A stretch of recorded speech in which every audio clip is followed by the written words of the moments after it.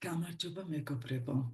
დღეს მინდა ერთი მეთოდი გაგაცნოთ, რომელიც დაგეხმარებათ დამძაბავ ორგანიზმისათვის და ფსიქიკისათვის ზიანის მომცემ სიტუაციებს, კონფლიქტებს გამოერიდოთ და ამ ურთიერთობის სადავეები, ამ შემთხვევაში დამთავრების სადავეები, ან კონფლიქტის დამთავრების სადავეები საკუთარ ხელში აიღოთ.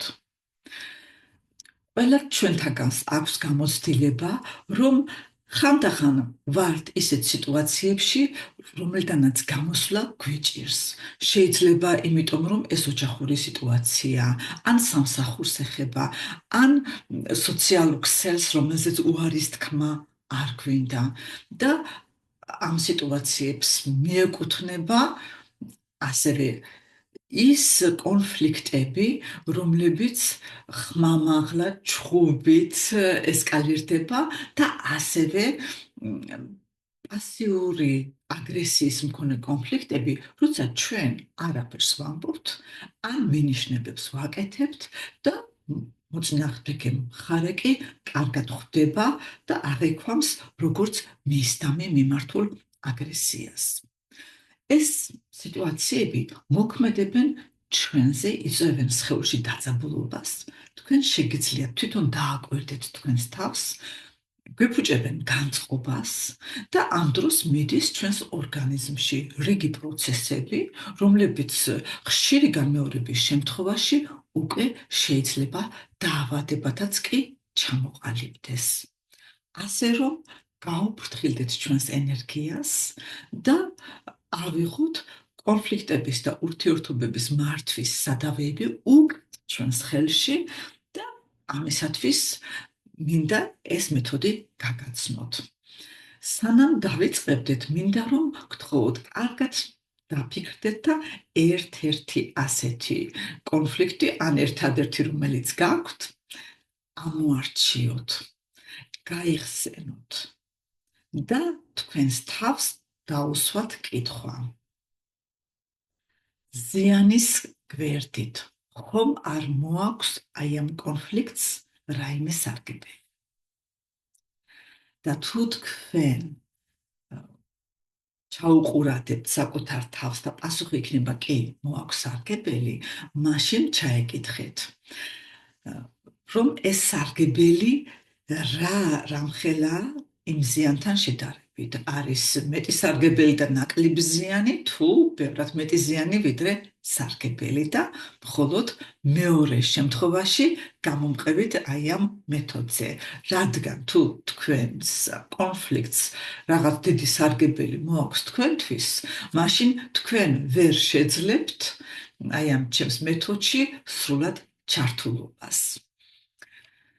მოკლედ მოეწყეთ მოხერხებულად, თუ თქვენ აი ამ მომენტში გაქვთ მოჭერილი ტანსაცმელი, ან კომფორტულობის შექმნა და სიწყნარის შექმნა გაგიჭირდებათ, მაშინ გააჩერეთ ვიდეო და შემდგომ მონახეთ დრო წყნარ გარემოში, ტელეფონიც გამორთეთ, უბრალოდ გამორთეთ ხმა, რადგან ალბათ ტელეფონით ან კომპიუტერით მომისმენთ, აბა სხვანაირად როგორ და თქვენი ფეხის გულები უნდა ეხებოდეს იატაკს.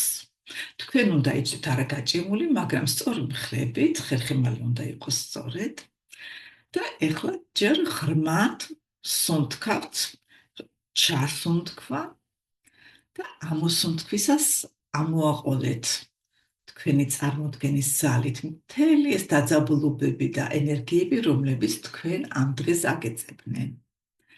ვიმეორებთ მეორედ, ჩასუნთქვა, ამოსუნთქვა და მესამე ჩასუნთქვისას, ღრმა ჩასუნთქვისას, ამოსუნთქვისას ვხუჭავთ თვალებს და მიჰყევით ჩემს ხმას.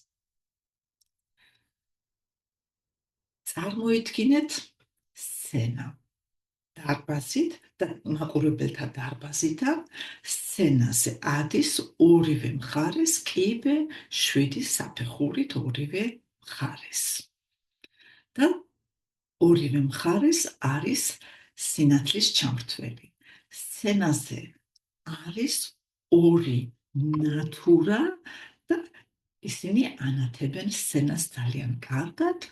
მაყურებელთა დარბაზში უკანა რიგებში ზღედან ადამიანები, რომელსაც თქვენ ვერ ამჩნევთ, მესამე რიგში კი ზის თქვენი შინაგანი ნაწილი, თქვენი შინაგანი სიბრძნე და მშვიდად აკვირდება სცენას.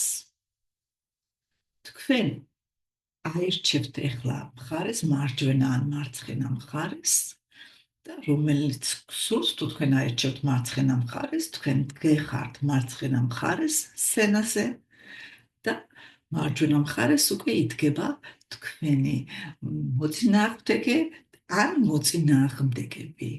ეს შეიძლება იყოს ასევე ორგანიზაცია, ფირმა და ასე შემდეგ.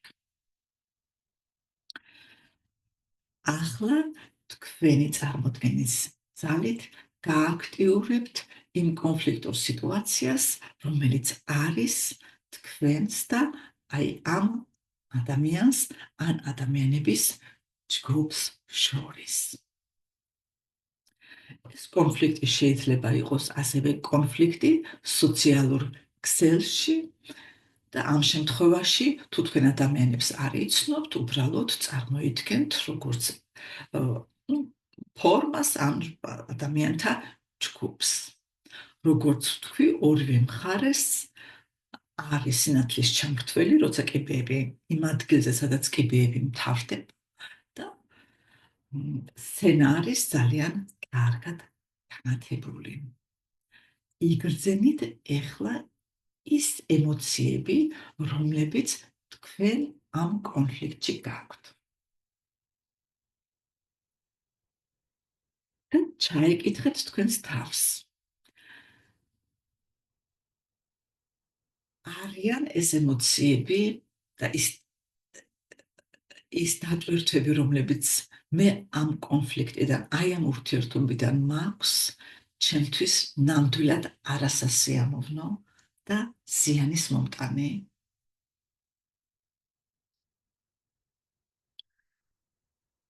თუ მიიღებთ პასუხს დიახ, მაშინ დაუსვით თავს მეორე კითხვა. მინდა ნამდვილად ამ ენერგიებიდან გამორიდება, მათგან განთავისუფლება? აქაც ჩაუყურადეთ თქვენს თავს. თუ დაეთანხმებით, მაშინ მიეცით თქვენს შინაგან ნაწილს, თქვენს შინაგან სიბრძნეს, რომელიც მესამე რიგიდან, მაყურებლის დარბაზიდან მშვიდად აკვირდება სიტუაციას, მიეცით უფლება იმოქმედოს. თქვენ ამ დროს ხართ იმ ემოციებში, რომლებიც თქვენ ამ კონფლიქტის დროს და ამ კომუნიკაციის დროს გაქვთ და გესმით თქვენი შინაგანი სიბრძნისაგან მომართვა სახელით და შემდეგ თქვი შენი სათქმელი, გამორთე სინათლე და ჩამოდი სცენიდან.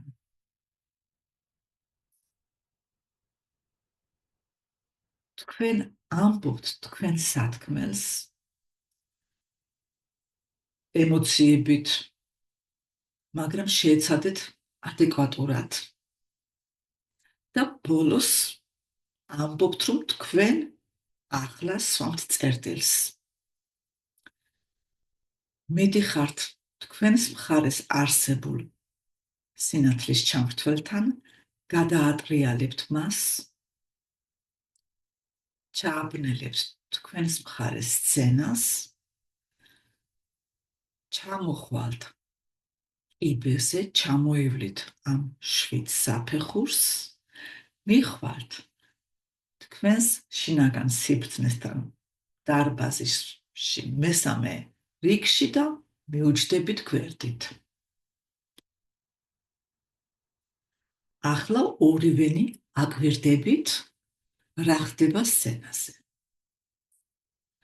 თქვენი ამ გამოსვლის შემდეგ შესაძლებელია მეორე მხარეს დიდი აურზაური დაიწყოს. შეიძლება არა, დააკვირდით. რაღაცა დროის შემდეგ ემოციები განელდება აუცილებლად და სცენაზე მოწყენილობა დაისადგურებს. ძალიან ძნელია იბრძოლო, როცა მოწინააღმდეგემ მიგატყვა. მას შემდეგ, რაც სცენაზე მოწყენილობა დაისადგურებს, თქვენც მოწყენილად იგრძნობთ ამ დარბაზში თავს. მადლიერების გრძნობით თქვენს შინაგან სიბრძნესთან ერთად დატოვებთ დარბაზს. და ამ დატოვებისას გაიაზრებთ, რომ თქვენ გაქვთ ყოველთვის შესაძლებლობა დამტვირთავ კონფლიქტურ სიტუაციებში თქვენს თავს მიმართოთ შემდეგი სიტყვებით. გამურთე სინათლე და ჩამოდი სცენიდან. და როცა გავარჯიშდებით, ეს ორი სიტყვა ჩამოდი სცენიდან გეყოფათ. გამეორება ნიშნავს დაოსტატებას და რაც ხშირად გაიმეორებთ, რაც ხშირად გაივარჯიშებთ ამ სიტყვებს, მით უფრო ძლიერი ზემოქმედება ექნება თქვენზე, შეგმატებთ შინაგან ძალას და სიმტკიცეს, უაზრო ზიანის მომტან სიტუაციებს დროულად გამოერიდოთ. ისე რომ ჩვენ დღეს, როგორც ფსიქოლოგიაში ვამბობთ, ჩაუშვით ხუზა, ჩამოდის სცენიდან. და ამ სიტყვებით დასაწყისში თქვენი თავისადმი მიმართვით, თქვენ აძლევთ თქვენ თავს უფლებას გამოერიდოთ კონფლიქტურ სიტუაციებს და დაზოგოთ თქვენი ენერგია და ნერვები. ახლა ჩაესუნთქეთ ღრმად და ამოსუნთქვისას თვალები გაახილეთ და დღეს ძალიან მნიშვნელოვანი მეთოდი გაგაცანით. გისურვებთ, რომ შეძლოთ ამ მეთოდის რამდენჯერმე გამეორება, ამ ვიდეოს რამდენჯერმე გამეორება, რადგან უნდა ვიყოთ გაწონასწორებული, უნდა შევძლოთ კარგად მიყოლა ჩვენს ფანტაზიაში შესვლა, რათა ეს რაც ვისწავლეთ, ეს მიმართვა ჩვენს ქვეცნობიერში ჩაჯდეს, რომ მეტი ძალა ჰქონდეს. და მერე კი მისი გამეორებით ვაღწევთ დაოსტატების სხვადასხვა საფეხურს ამ მეთოდში.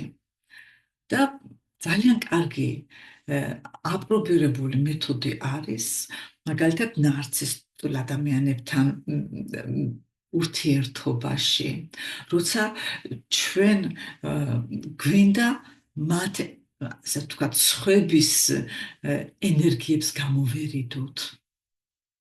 როცა ჩვენთვის რაღაცა ურთიერთობა, რაღაცა სიტუაცია უსიამოვნოა და ყოველთვის არ ღირს შეჭიდება ჩვენი ენერგიის ხარჯვა, ბრძნულად შეგვიძლია სცენა მაშინ დავტოვოთ, როცა ჩვენ საჭიროდ ჩავთვლით. და ეს არის შინაგანი სიძლიერე და ეს მეთოდი ასევე, ამ მეთოდს ასევე ვიყენებ შინაგანი მეს გასაძლიერებლად. ისე რომ გისურვებთ წარმატებას და ასევე სიხარულს და აი ამ მეთოდის სიმსუბუქით ათვისებას, დამეწერეთ კიდევ თქვენი გამოცდილება და იცით, ჩვენ უნდა გავხდეთ ჩვენი ემოციების ბატონ პატრონი და ეს მეთოდი გვაძლევს საშუალებას, რომ ჩვენი ემოციური ჩართულობაც კონფლიქტურ სიტუაციებში სულ მცირე შევარბილოთ და ჩვენი ემოციების მართვის და ასევე ურთიერთობების მართვის სადავეები ხელში ავიღოთ. დიდი მადლობა მოსმენისათვის. კარგად გრძანდებოდეთ.